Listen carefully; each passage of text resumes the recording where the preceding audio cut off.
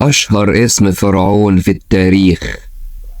أنشأ المعبد الشهير اللي لغاية النهاردة بيشهد معجزة هندسية بتتكرر كل سنة، وبيجوا الناس من كل العالم عشان يتفرجوا عليها. صاحب الانتصارات العسكرية اللي بنى المسلة الشهيرة في ميدان الكونكورد في باريس، واللي تمثاله بيستقبل الزائرين النهاردة في متحف الحضارة، وأحد أشهر ميادين القاهرة بيحمل اسمه.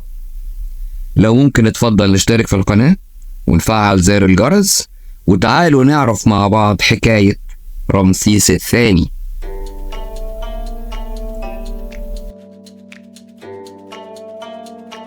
رمسيس الثاني اللي بيعرف كمان باسم رمسيس الأكبر كان الفرعون الثالث من الأسرة 19. هو ابن الفرعون سيتي الأول وزوجته الملكة ثويا. اتولد حوالي سنة 1303 قبل الميلاد، وتوفي في سنة 1213 قبل الميلاد، يعني عاش تقريبا 90 سنة. في سن 14 سنة والده الفرعون سيتي الأول عينه ولي العهد وهو عنده 14 سنة. مش بس كده، ده كان بيعتبره كمان شريك ليه في الحكم، مش مجرد ولي للعهد. وبعدها بفترة بسيطة توفي والده الفرعون سيتي الأول، وأصبح رمسيس الثاني هو الفرعون، واستمر في حكم مصر تقريبا 67 سنة، وبكده تعتبر فترة حكمه أطول فترة قضاها الفرعون في حكم مصر. رمسيس الثاني كان محارب شرس ومنتصر، ومن أشهر معاركه معركة قادش ضد الحيثيين، واستمرت 15 سنة، وانتهت بمعاهدة سلام فرض فيها رمسيس الثاني شروطه على الحيثيين، ودي تعتبر أقدم معاهدة سلام في التاريخ. كمان من إنجازاته العسكرية إنه هزم القراصنة الشردانيين، متاخدة من اسم جزيرة سردينيا في البحر المتوسط. الشردانيين من سردينيا قريبين من بعض، والقراصنة الشردانيين دول كانوا واخدين راحتهم على الآخر في البحر المتوسط، وبيهاجموا السفن التجارية وينهبوها. رمسيس الثاني المحارب الذكي الداهية عمل لهم كمين، بعت سفن وخلاها تقف بعيد عن بعض في نقط معينة في البحر المتوسط كان محددها بذكاء. ولما القراصنة الشردانيين هاجموها انقضت عليهم السفن الحربية بتاعت رمسيس الثاني، وهزمهم وأسرهم كلهم في معركة واحدة، لمهم كلهم وعكشهم. ولأنهم كانوا مقاتلين أقوياء، ولأن هو كان سياسي ذكي، استفاد منهم، ضمهم للحرس الشخصي بتاعه وخلاهم بقى رجالته، وحاربوا ضمن قواته في معركة قادش الشهيرة. كان سياسي ذكي مش مجرد محارب شرقي. أرسل رمسيس الثاني حملات عسكرية إلى الشام اللي كان اسمها في الوقت ده أرض كنعان، وكمان أرسل حملات إلى بلاد النوبة، وعمل قاعدة عسكرية في بلاد النوبة بنى فيها أول مصنع حربي في التاريخ. والمصنع ده قدر إنه يصنع أكتر من 1000 رمح في أسبوع واحد، و1000 درع في 10 أيام، و250 عربة حربية في أسبوعين، وده كان إنجاز غير مسبوق في التاريخ. أما بالنسبة للآثار، رمسيس الثاني بنى معابد وآثار كتيرة قوي، ممكن أشهرها بلا منازع طبعا معبد أبو سمبل. أعتقد كلنا عارفين الشكل ده.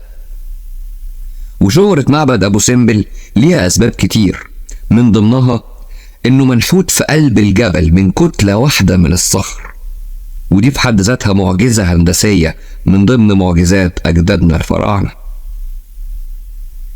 السبب الثاني لشهرة معبد أبو سمبل هو إنه في أوائل الستينات من القرن العشرين، وأثناء التخطيط لإنشاء السد العالي، لقيوا إن المياه اللي هتتحجز خلف السد، واللي بعد كده عملت أكبر بحيرة صناعية في العالم بحيرة ناصر، لقوا إن المياه دي هتغرق معبد أبو سمبل.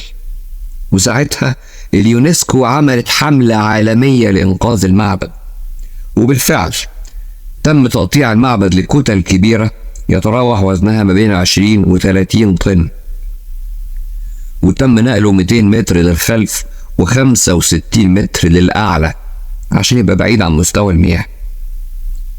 ودي كانت ولا تزال من أضخم العمليات الهندسية اللي تمت في القرن العشرين. استغرقت 4 سنوات من 1964 إلى 1968، وتكلفت 40 مليون دولار بأسعار وقتها، بأسعار ستينات القرن الماضي. شوفوا يطلع كام دلوقتي. بس كده؟ لا، لغاية النهاردة السواح بيجوا من كل العالم عشان يشهدوا ظاهرة تعامد الشمس على وجه رمسيس الثاني في معبده، معبد أبو سمبل. ودي من المعجزات العبقرية لأجدادنا الفراعنة. أشعة الشمس بتدخل من ممر معين في المعبد، وتمشي في اتجاه مستقيم مسافة 60 متر لحد ما توصل حتة اسمها قدس الأقداس، وتيجي على وش رمسيس الثاني وعلى وش أخته الإلهة رع حور، وكمان على وش الإله آمون.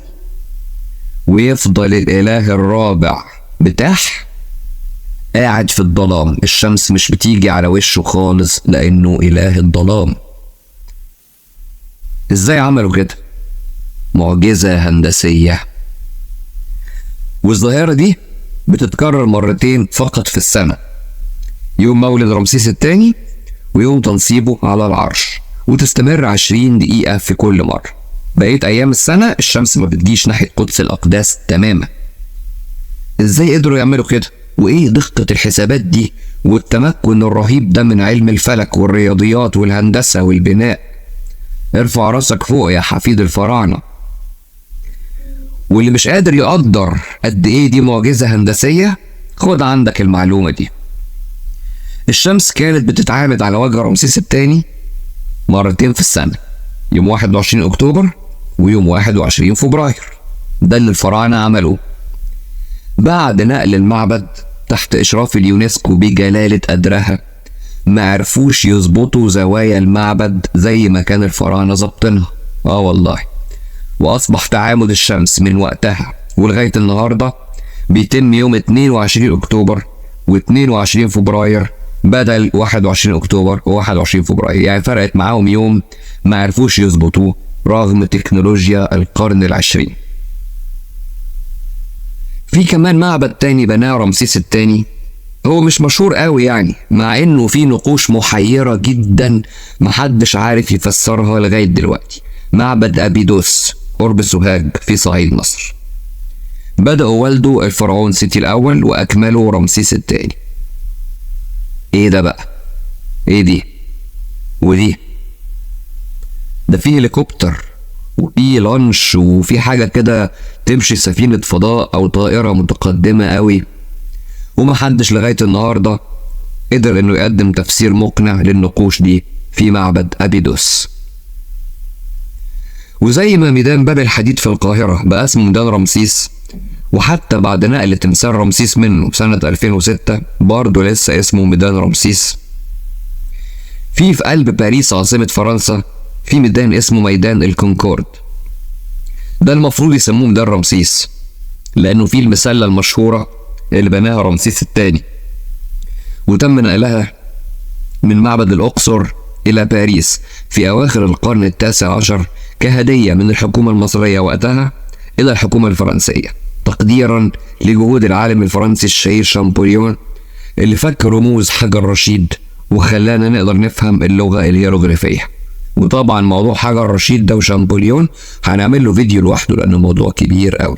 آخر حاجة، رمسيس الثاني ما كانش الفرعون بتاع سيدنا موسى، وده مش رأيي أنا، ده نتيجة تشريح المومياء بتاعته اللي حصل سنة 1976 في المعمل الجنائي الفرنسي في باريس على ايد كبير الخبراء الشرعيين بيير فرناند سيكالدي. والتشريح ده اثبت وفاة رمسيس الثاني بالشيخوخة وليس بالغرق، وان الرئة بتاعته ما فيهاش مية كما هو مفترض في واحد توفي بالغرق. وكمان اثبت وفاة رمسيس الثاني في سن قرب 90 سنة، بعيد قوي عن فرعون بتاع سيدنا موسى اللي كان بيناهد معاه ويقاوح ويركب عربيته الحربية ويجري وراهم ويعدل. بعيدة قوي. حكايات أجدادنا الفراعنة والحضارة المصرية القديمة مسلية وما يتشبعش منها أبدا. لو ما كنتش لسه اشتركت في القناة يا ريت تتفضل وتشترك وتفعل زر الجرس عشان يوصلك إشعار أول ما انزل فيديو جديد. ولو بتحب حكايات الحضارة الفرعونية زيي يبقى تابع القناة، هتلاقي فيها حاجات مفيدة ومسلية وممتعة من أرض الفراعنة ومهد الحضارة.